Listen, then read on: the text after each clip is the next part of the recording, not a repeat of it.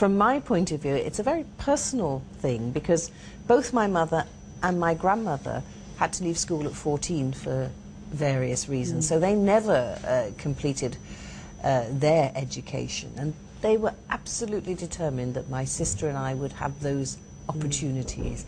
And for a girl like me, coming from a very ordinary family in Liverpool, those opportunities took me all the way to 10 Downing Street. And you know, if someone like me can do it, then what other lost opportunities you are having by not educating girls? And you're being very modest, because you also got to the top of a career where you have spent so many years specialising in helping women with women's issues as a lawyer. You are now the Chancellor of the Asian Women's University in Bangladesh. I didn't realise. Congratulations. That, of course, helps women learn English and get a higher education. Tell me about your role there. It's a regional university. So, for example, we have girls from Afghanistan, from Bhutan, from Nepal, obviously from India, Pakistan, Bangladesh, Sri Lanka, Vietnam, Cambodia. And it's not only that these girls are first-generation girls doing what is basically American liberal arts college education.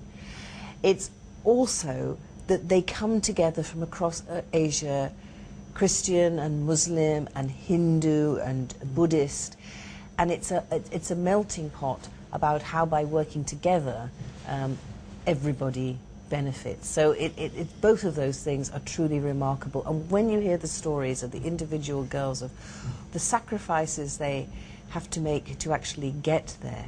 So many of the girls, for example, will say to me, I realize that by coming here and studying, you know, I'll never get married.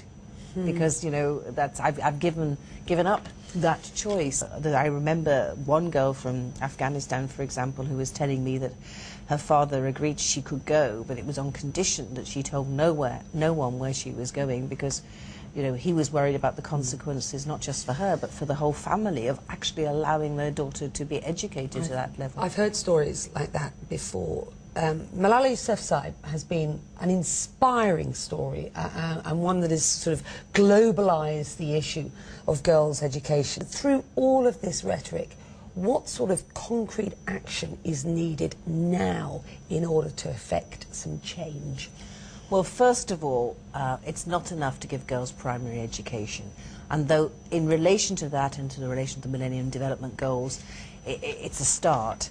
But actually, primary education isn't enough, and we have to ensure that those girls who are capable of it, and there are many of them, go beyond primary education, beyond actually secondary education, to become the leaders of tomorrow. What piece of advice would you give to your 15 or 16-year-old self?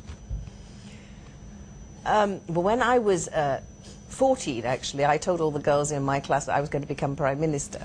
So I'd still keep on with that dream, say follow your dreams, have confidence in yourself, and actually you have to some extent, you've got to learn to push yourself forward, because if you don't believe in yourself, how can you expect anyone else to?